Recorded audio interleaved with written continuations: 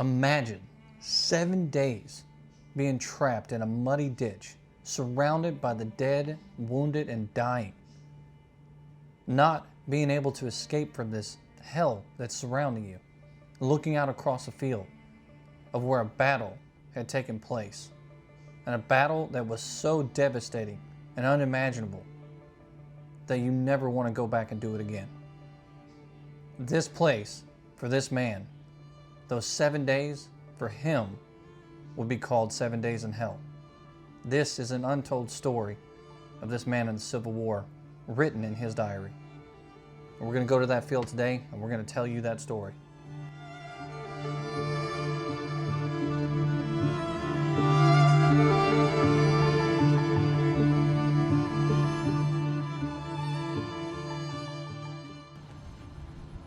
June 3rd, 1864.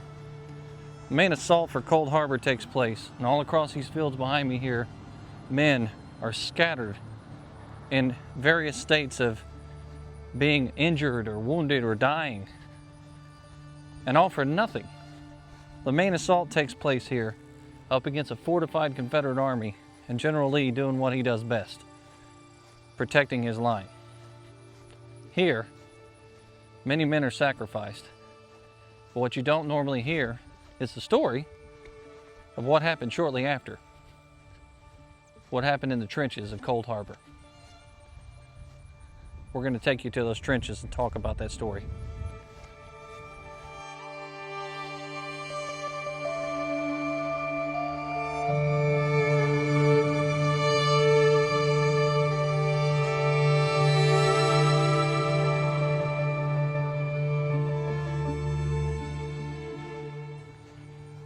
Today's storyline comes to you from John Hoster, and he was a sergeant in 148th New York, and he kept a diary. And he was positioned out here in these trenches at Cold Harbor. He was out here for the vast majority of some of the worst times right after the battle, and he saw a lot of combat. Not only did he see a lot of combat, but he saw a lot of suffering out here as well. And he talked pretty vividly about his experiences in the trenches and everyday life out here in these field fortifications. Little did John Hoster know that after pushing off of Cold Harbor here, General Grant would have it in mind to take them south and into Petersburg and set up a series of battles that would become known as the Siege of Petersburg. But life would be very similar to what they were experiencing out here at Cold Harbor.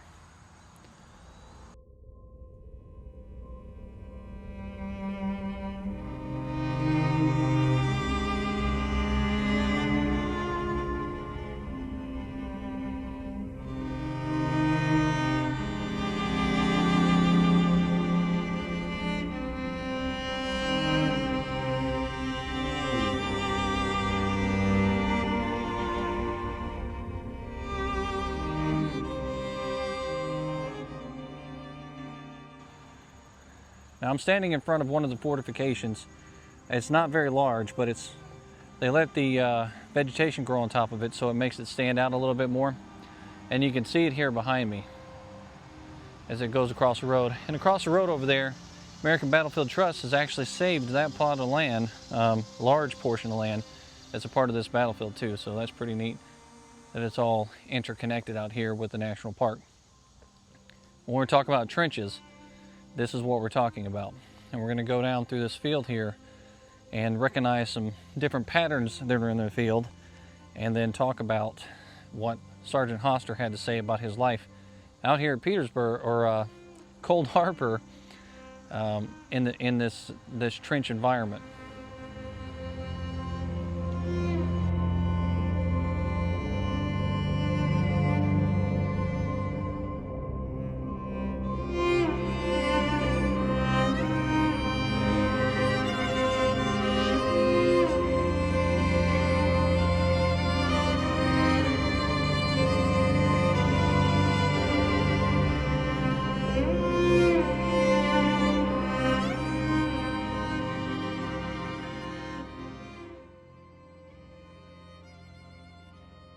Saturday, June 4th, 1864. Cool and showers. Advanced to the outer rifle pit at 3:30 a.m., where we passed the day. Frank brought coffee to me twice. Joe, our colored cook, who skedaddled the day of our arrival, came to the front with Frank, Mac, and Lowe, having brought him from the rear. Travers drew 3 days' rations of sugar and coffee, and our hardtack this afternoon. Also, fresh beef. The field between here and the rebel works is literally strewn with the dead and wounded. Some of the dead have been brought in and buried. One fellow was trying to cover himself with his rubber blanket. He died soon after. We are near Cold Harbor and near Gaines Mill. So as you can see from that description that we just read, from day one, right after that main assault on June 4th, 1864, it's a very vivid picture that he's painting there when he talks about the field literally being strewn with dead and dying. And he talks about the one young man who was trying to cover himself up with his rubber blanket, likely trying to keep himself warm even on a warm day, and that he dies shortly after. Now, can you imagine you're sitting out here in this field in some of these earthworks, and you can hear those men groaning and moaning and needing help. You can see them moving around out there, but there's nothing you can do about it. You have to stay in place, because the moment you stick your head up, you're getting shot at.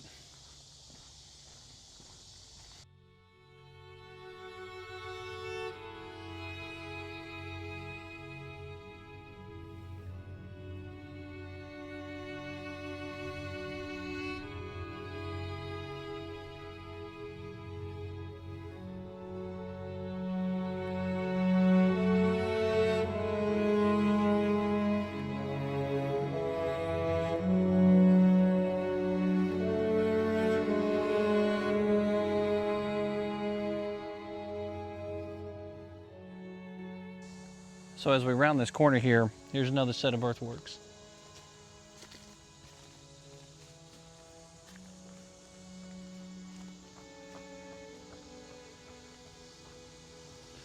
You can see the shape of the earthwork there as it's kind of moving back in this direction.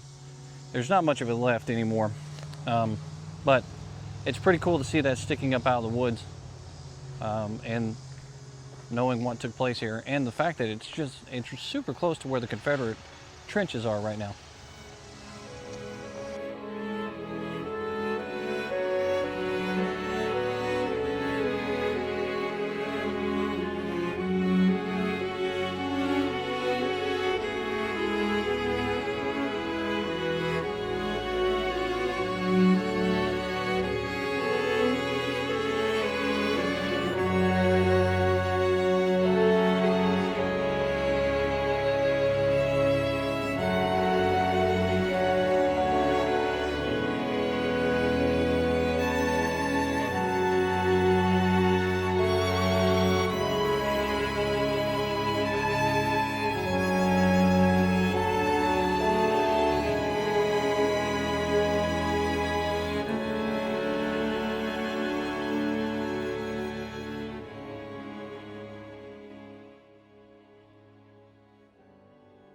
Sunday, June 5th, 1864. Cool and rainy. Moved to the right into the open field this morning about 2 o'clock. Lively skirmishing and occasional artillery firing. Shells burst very near us. Our company lay in a rifle pit, in rear of pit occupied by regiment. We draw fresh beef every day. Battery moves to rear at dark and fills that place. Several casualties have occurred here today, mostly the sharpshooters, some of whom are in trees.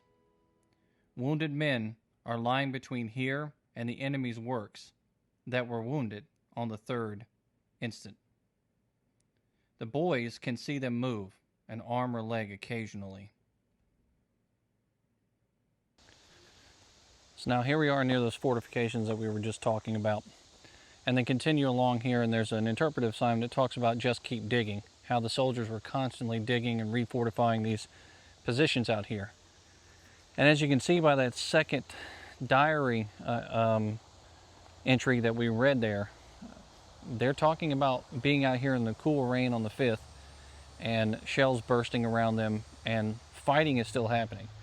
So it didn't just end on the 3rd and then they just quietly walked off to the trenches and hung out until they got told to do something somewhere else.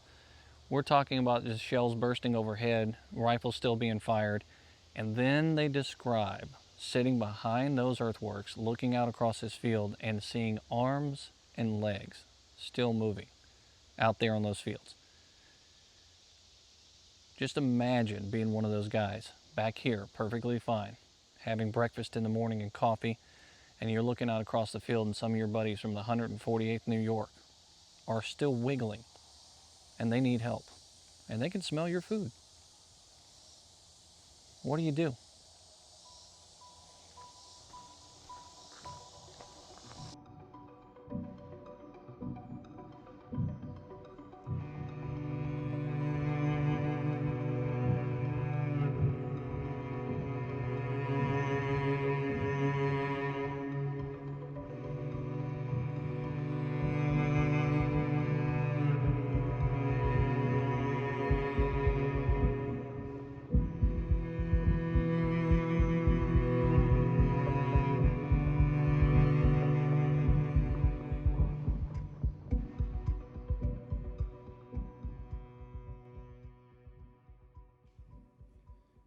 Monday, June 6th, 1864.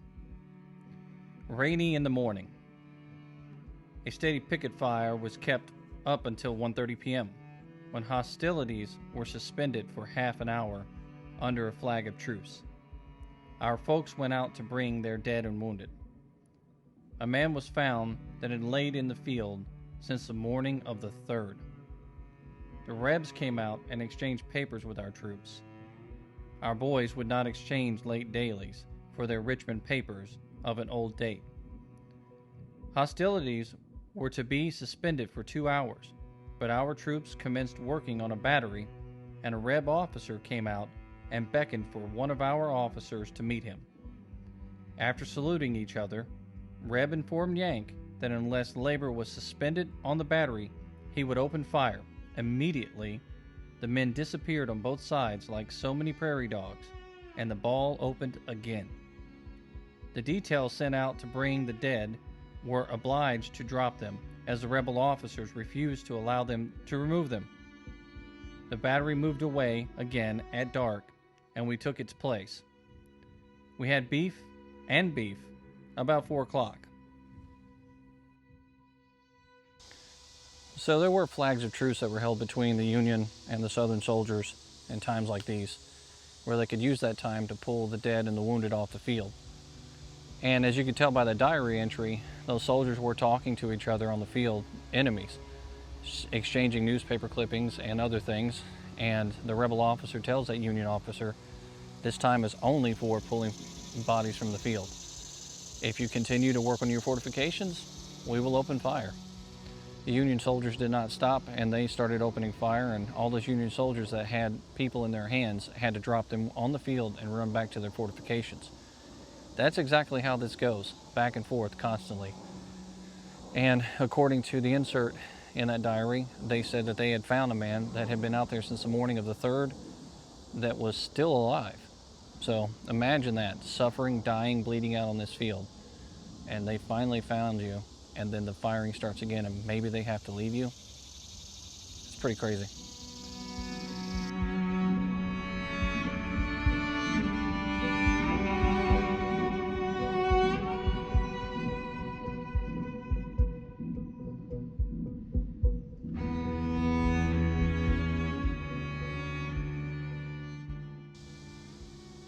Now here in a second, I'm about to go across a bridge that takes me over top fortifications. And I believe the double fortifications are around here somewhere. And that's essentially where 2 sets of fortifications are in place that the Confederates had lost and the Union soldiers had won, and then back and forth, where the 2 lines basically met each other at one point in time. We're going to take you over here so you can see those fortifications.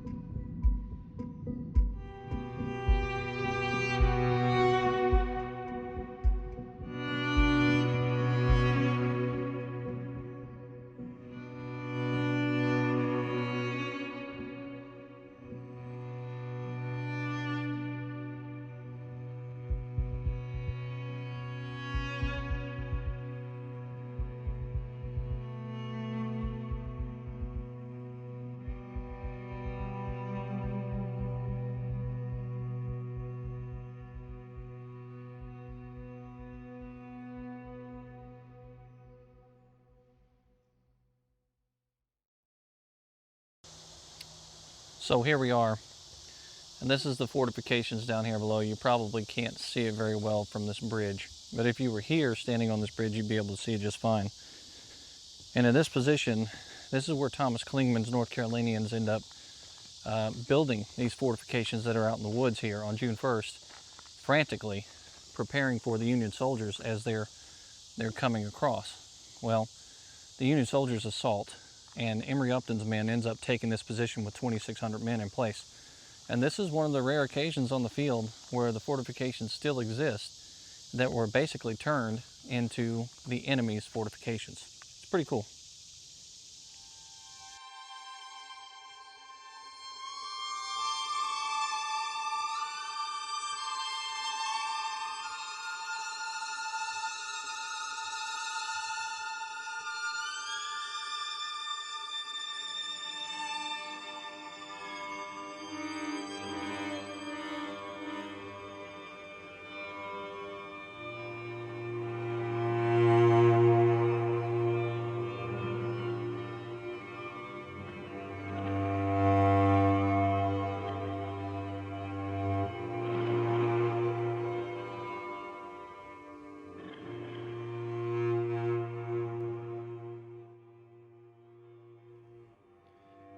Tuesday, June 7th, 1864. Warm and pleasant. We had to fall in once last night on account of firing on the right. I was so sound asleep I did not hear a gun. The battery came up again at the usual hour, 3:30, but moved out about 10 o'clock, and we took its place. Rebel sharpshooters or skirmishers made a charge on our right, and a Reb lieutenant that got fast on the wire was captured. A heavy artillery duel came off at 12, and also about 4. Sharp skirmish fire on our right. The Rebs threw mortar shells over this afternoon. The shell moved very slow. We learned today that Grant has forbidden any more charging. Another flag of truce went out this afternoon at 6:30 and at 8 o'clock. The Rebs fired a blank to warn us that the hostilities were about to commence. I did not learn the object of the flag of truce, but I learned the arrangements were effected to do away with picket firing as much as possible. During the night, Sergeant Travers and a detail of 10 men went out after rations. A man on the left of next regiment, on our left, had both legs shot off by solid shot. Received a letter from home and one from near this evening. Cannot read them before morning.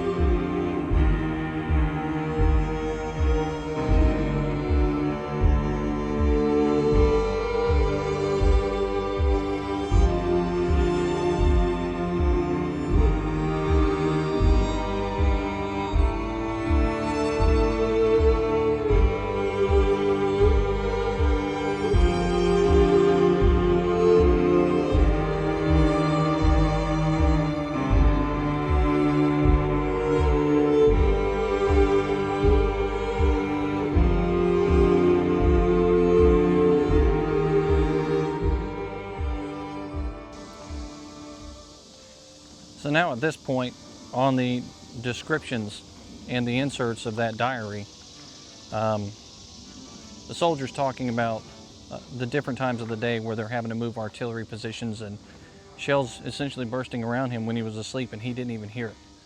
That's how dangerous this is. These guys can't even get rest. And the constant firing is for that effect. It's to make them feel uncomfortable at all hours and kill as many as possible. And then he talks about his men leaving and going to get rations, which was an extremely dangerous thing to do too. Those zigzag pattern spots in these trenches helped, but it didn't help a lot. But the most disturbing thing in that entry was the talk about a man that was in the regiment next to him, who he said both of his legs had been taken off by solid shot. This man wasn't going across the field. He was just in his earthworks, and a solid shot came through and knocked his legs off while he was standing there. That's an instant death sentence for a soldier in the field, and you will bleed out and die quickly.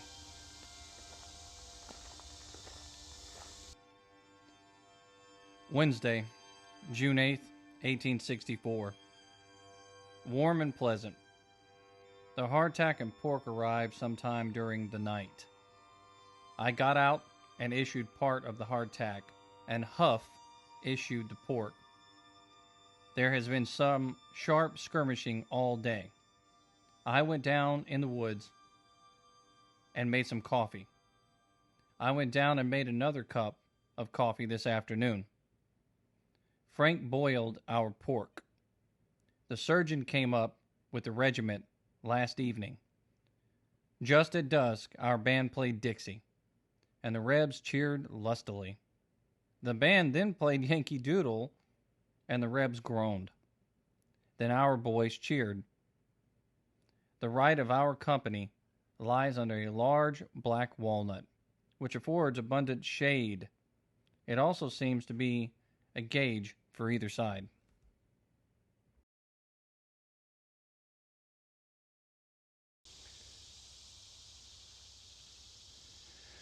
So now as we get further into those diary entries, you start to see that there's sort of a routine. Hardtack and salted pork are being brought up to these soldiers, and they're making coffee. They have places in the woods where they're going off to use the restroom, or relieving themselves, if you will. And the band strikes up Dixie. Now, why would a Union band strike up Dixie? Well, it's to agitate the soldiers on the other side. They can hear the Confederates cheering heartily as they strike up Dixie. But then the band strikes up Yankee Doodle Dandy, and they can hear the Confederates groan on the other side. This kind of bantering happens back and forth in these trenches constantly. And as he said, there was a heavy skirmish fire that was kept up all day long. So not only are they poking fun at each other, but they're shooting at each other in the meantime. And again, this is not only just a routine, but they are very uncomfortable out here in these earthworks.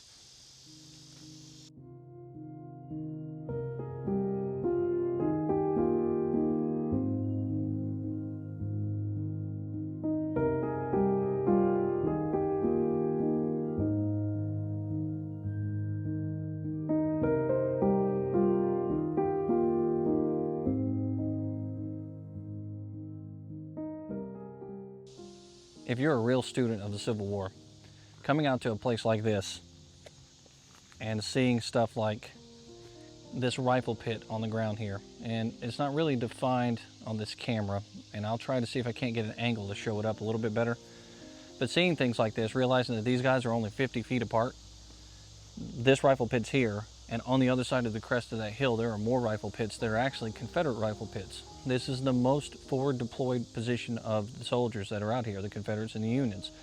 That is a Federal rifle pit. When the diary entry talks about them being in the rifle pits, this is what they're talking about. It's literally a hole in the ground, and maybe 1 to 2 soldiers are inside that hole keeping their head down, and they're the forward advanced troops, so that if an attack comes, not only are they there to defend and slow down the attack and probably die, but they're there to give advance notice when that attack happens.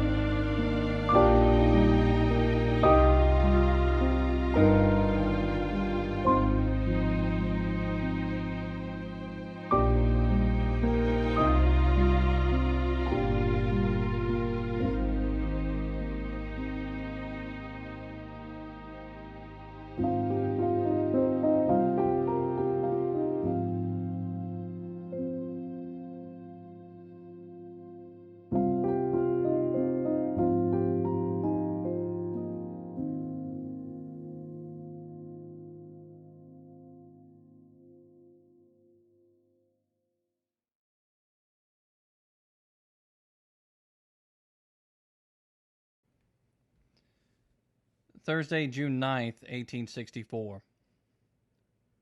Warm and pleasant, with heavy wind and appearance of rain. Today, as usual, I have been making out reports, lists of casualties, etc. Thad Roberts is aide-de-camp on General Stedman's staff with the adjutant of the 11th, who was wounded in the charge of the 3rd of June. Our sergeant major discharges his duties in the regiment.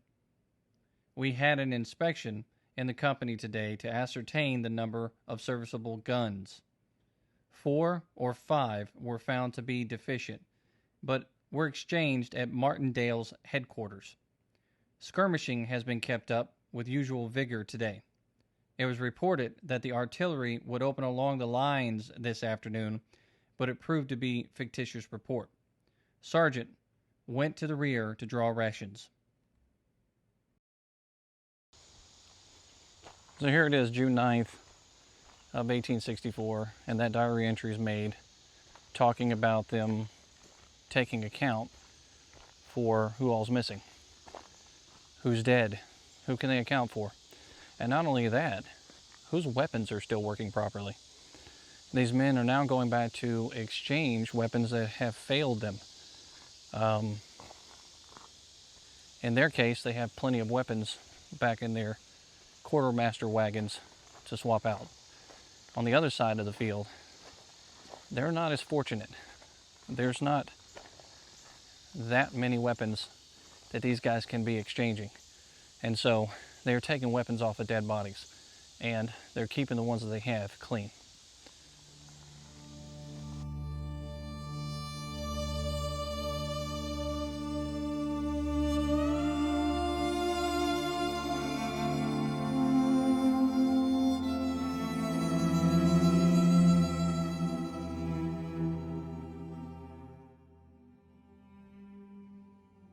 Friday, June 10th, 1864. Warm and pleasant. Picket firing all day. We cleaned our company street. A man in the next regiment on our right received a wound in the mouth from a sharpshooter. The artillery in our rear threw a bad shell which burst in rear of our regiment. Killed a man, Corporal John Wooden, in Company C. Some artillery firing this p.m. So we're talking about that skirmish fire that was being kept up and the deadly position that sergeant's in. Here's a sign at the park here talking about a lethal position for the Confederate soldiers. And it says, from this advanced Confederate line constructed after the Grand Union assault of June 3rd, Lee's sharpshooters searched for targets. They were near enough to the Federal line that the enemy voice could be heard. I mean, just think about that. They can actually hear them talking over there, and they're waiting for a head to poke up so that they can try to kill someone. This is the position that man's writing about, where the bullets are coming from. It's not back there on the hill. That's where the cannons are. It's right here. And that sergeant's having to deal with this every single day while trying to issue out rations and take care of his troops and account for the men that are still missing out here on this field. This place will definitely give you goosebumps.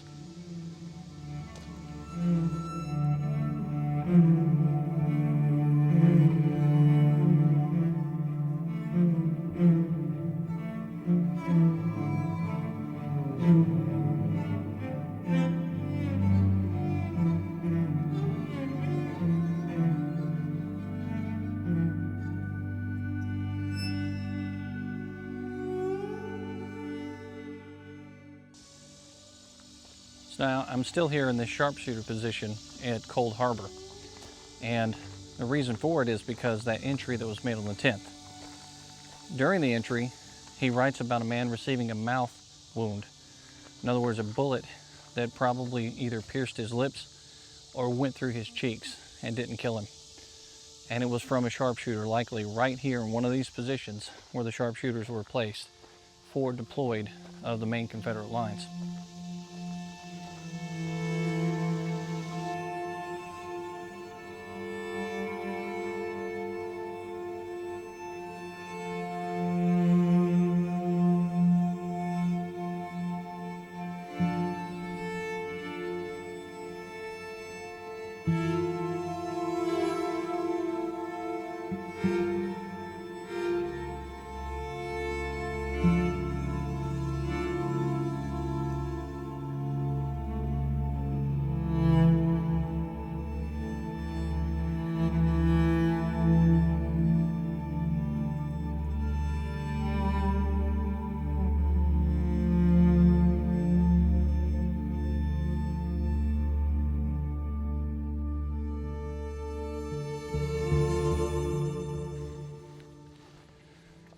So we get to that final entry on the 11th, and finally the 148th New York are being called to the rear.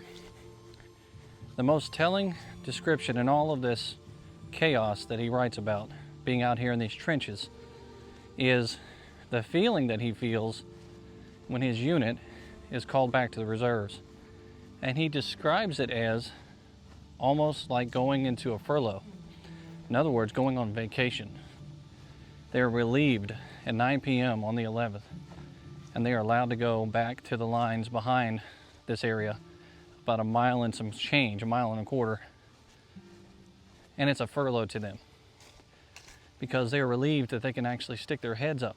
Now, out here on this field, there is a sign that talks about a Confederate's vantage point, about it stinking and being miserable, and how if you put your head up, you could get shot in the head, and also how a man can't even stretch out or lay down because they're so tightly jammed in here in these crooked little positions that it makes it just extremely miserable for them. That's the hard part that you don't get when you walk around these fields because they're so open and beautiful. And you, not only can you not really visualize the dead that are out here on the field, but you can't visualize the pain and suffering that happened days and days after the fight. These guys were suffering out here. This was not a walk in the park, or they didn't just fire at each other for a couple of hours, kill a bunch of people, and then walk away. They were out here to not only kill each other, but to make it as hard as possible so the other side would quit. Those words in those diaries are vitally important to telling the American Civil War story. And that's why we're out here. Saturday, June 11th, 1864. Warm and very pleasant. We were relieved about 9 p.m. and moved to the rear about a mile. It seemed almost like going on a furlough to get where we could pitch our tents. I had 2 pieces of shelter tent, which I joined with M. Tubbs, and we soon had a place of our own. Our band regaled us with some fine music. The mortar shell seemed to feel bad because we left as they came over here to see us. A very large mail was distributed at dark. I was telling the chaplain I was anxious for payday to arrive so I could have some money. He loaned me a 5 immediately. The 10th Pennsylvania Heavy Artillery are encamped near us. Wade and Van Vleck promoted to corporals.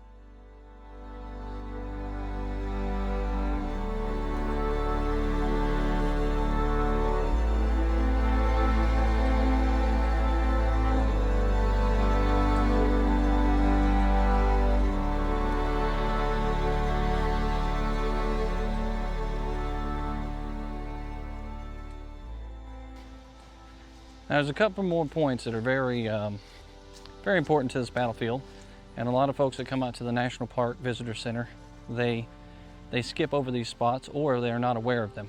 So here in a minute, I'm going to take you to a couple of highlighted points on the battlefield, and since we're done with that diary entry, and just kind of show you the visualization of the points, and maybe even describe something about it, so that way when you come out here, you can have a better visit for yourself at Cold Harbor National Battlefield.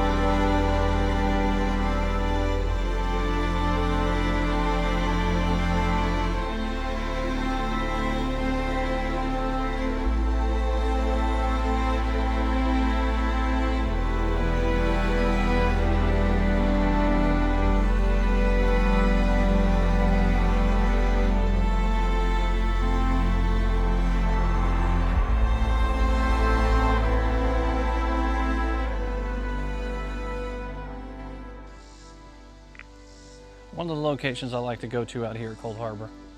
And I'm coming up on it right now. If you park in that main parking lot back there, as you're making that round from the visitor center, you will come across some earthworks as you're driving through them.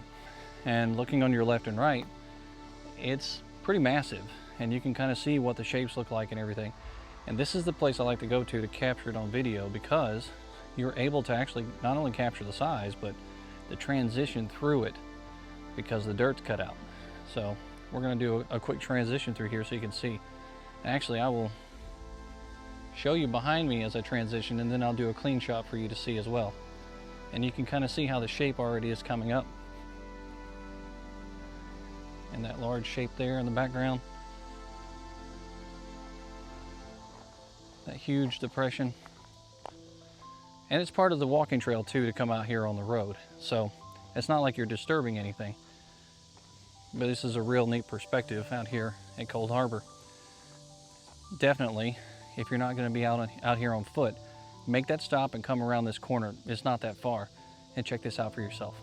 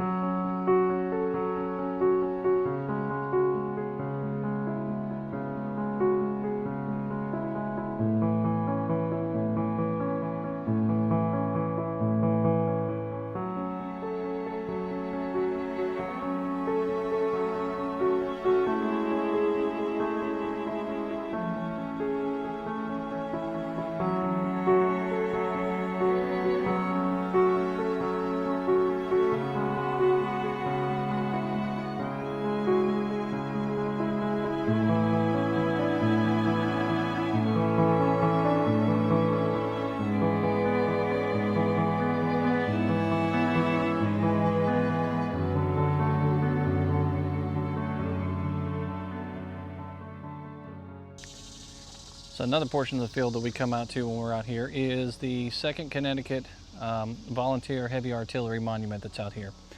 And it's one of the few artillery, or one of the few monuments really, at Cold Harbor. But it marks the position of the heavy artillery when it's set up for that attack that Upton makes and the assault. And it talks about the 330 men that were killed and wounded out here on this field from their units. It's a pretty amazing monument. It's a newer monument that's out here on the field. But again, Cold Harbor, not about monuments. These earthworks out here, that's the monument to Cold Harbor.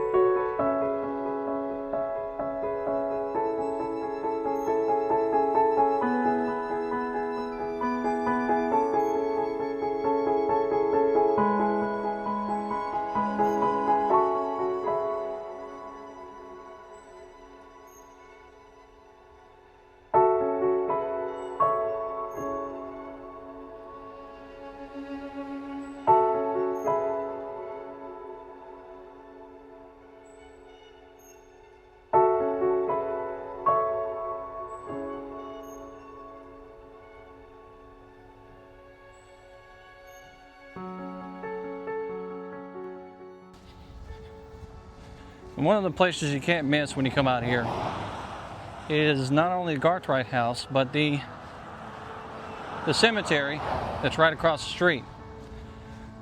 The cemetery is resident to many men that fell and died here during the Battle of Cold Harbor, but also Medal of Honor recipient. It's always cool to go out and see the location of where one of these men are, and to visit the only other monuments that are out here at Cold Harbor, because there's monuments placed inside of this cemetery area for Cold Harbor. We're going to take you over here in just a second.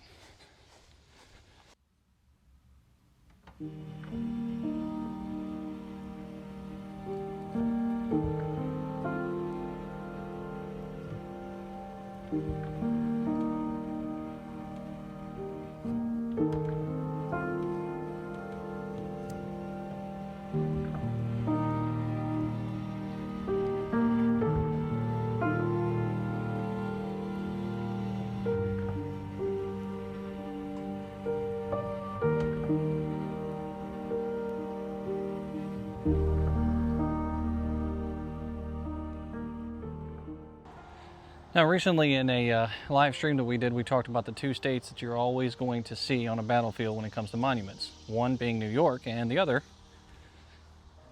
Pennsylvania. This is the Pennsylvania Artillery Battery Regiment's monument, and it's quite a large monument here on the side of the road in Cold Harbor, and it's protected by this brick fence here along the road here.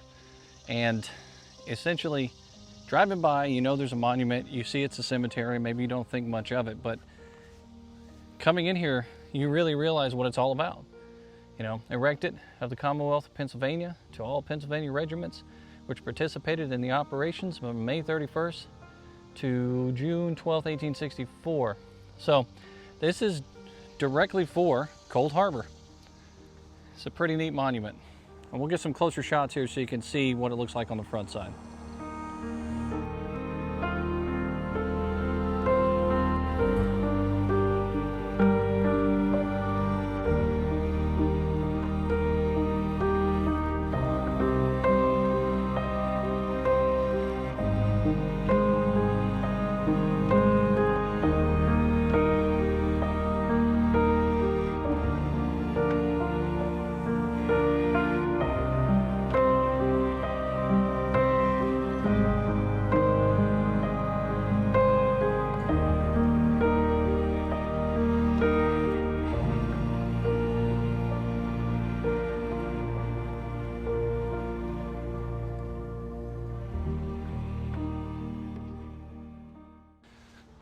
And transitioning across the cemetery here, respectfully, in between the graves, obviously, we are going to make our way over to who else but New York.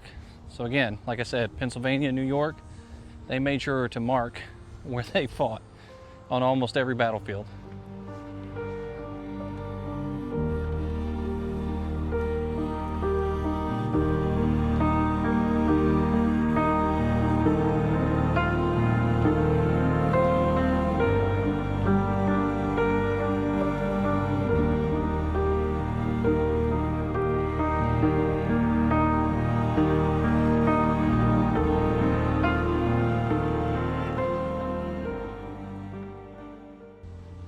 So here we are.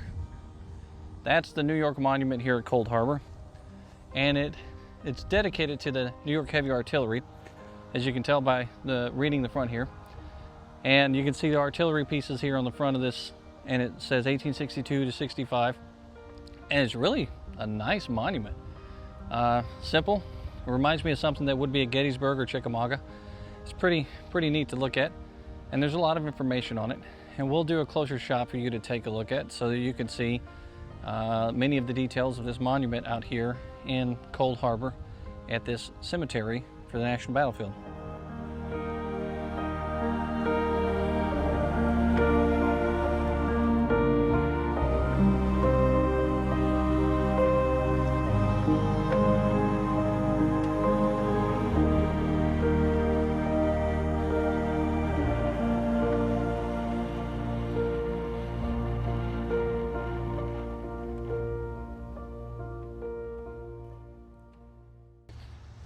since I transitioned the field out here, came across a grave that piqued my interest, if you will. Private Andrew J. Utt, who died May 28th, 1864. The headstone is laying down flat. So again, I end up chasing a story. And here pretty soon I'm going to do some research on that soldier, see if I can't find some information on him, and maybe find out why the headstone is so long and flat laying on the ground. Plus the ground kind of looked like it was disturbed a little bit, almost as if the grave was a little bit newer than the rest out here. So it's pretty neat looking, and I'm going to see what I can find out.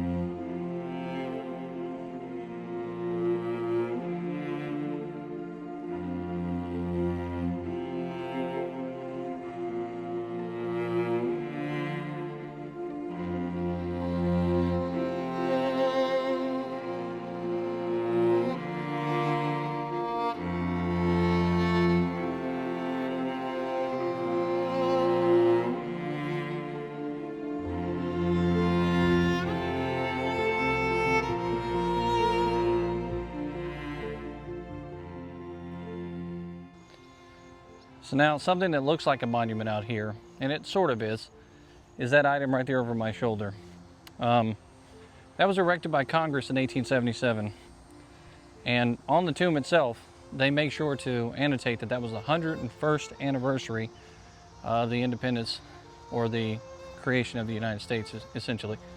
Very important to them when they're talking about this.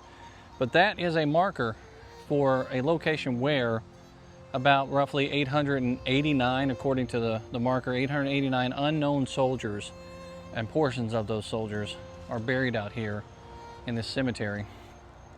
It's a really sad and humbling thing to look at, you know.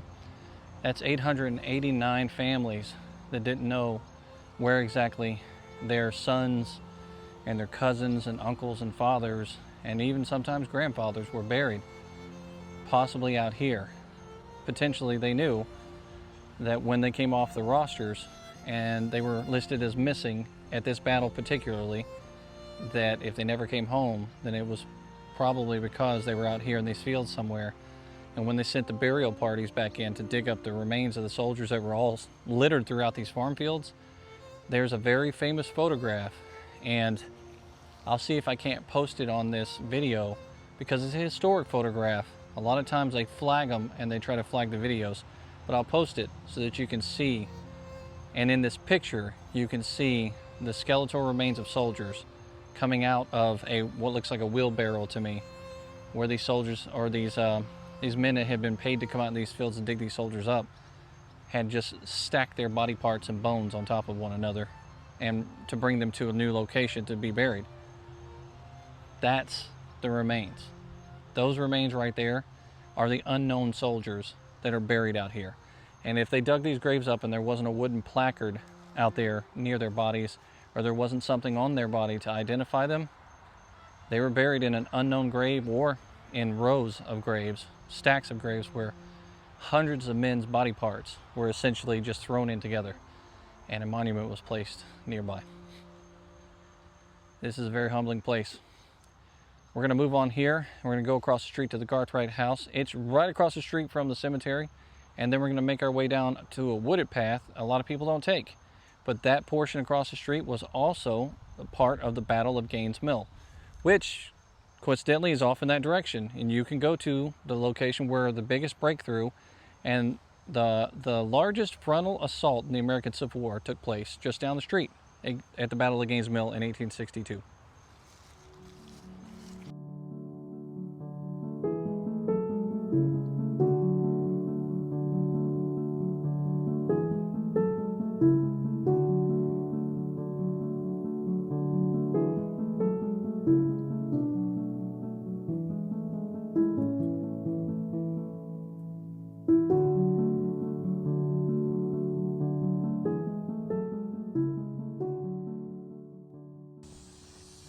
So another nice landmark to walk down to out here at Cold Harbor Battlefield that will kind of put you in a position on the map and paint the picture for you when you're looking at the battle maps is the Gartright house.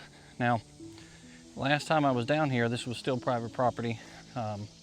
Someone either lives in here or maintains the property and has their stuff inside this house. So you can't really mill around the property too much, but you can come down and read the sign and take a up-close personal look at a house that was here during the Battle of Cold Harbor and Gaines Mill.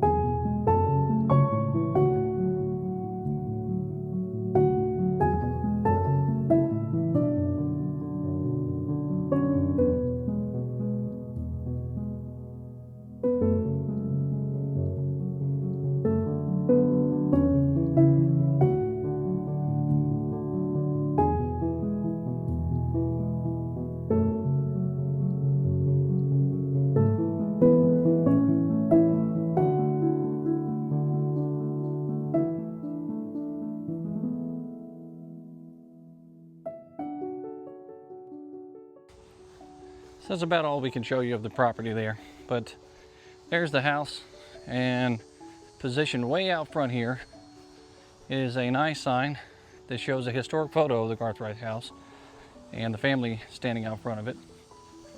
And it talks about the family here and what took place in this location. And you can tell by looking at that picture there, it's still very similar to the structure that's up today. And then off in the distance over here, you can see a family cemetery that's still out there that you can walk down and visit. And there's a sign posted out front that talks about the people that's buried in this cemetery. Some soldiers used to be buried in that cemetery too, and they were moved across the street right over here, right there, where that big statue's standing, into the National Cemetery, where soldiers were to be moved and buried.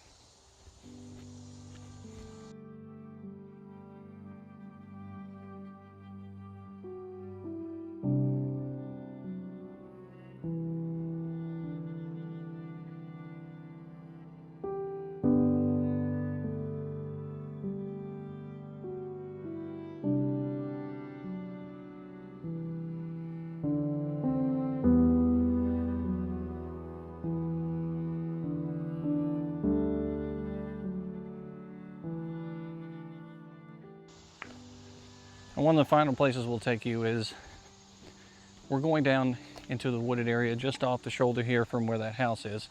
There's a nice paved trail out here. There's a nice parking lot for you to sit at, and there are picnic tables out there for you to have a picnic. But going down through this trail system here, it's not too lengthy, but it's nice. You can go out here and read signs about the battles that took place out here. There's some pretty significant locations for earthworks if you wanted to check that out for yourself. Very good rifle pits, very good zigzagging, and great cannon placements out here along this trail in Cold Harbor.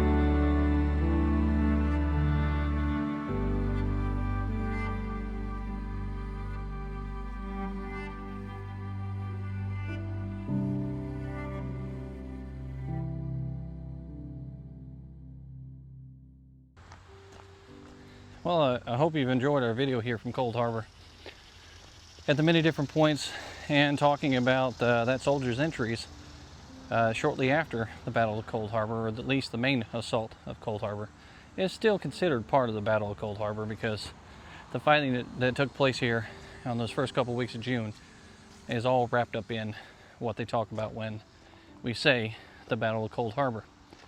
If you want to check this place out for yourself, very easy to find on the National Park Service website, and the address and all that good stuff. And there are some Civil War trail signs out here that help to accentuate your trip. Down the street, there's also another American Battlefield Trust Preserve place where you can go and read some of the interpretive signs that are out there, where the crossroads were. Used to be a tavern out there as well. And just hit this place up. Check out all the points, and don't skip over anything. If you do, you're going to miss truly seeing Cold Harbor when you first get here. For you veterans out there that have been here many times, this isn't nothing new. It's just a trip back in your memory. It's been fun. Till next time, this is History with Waffles.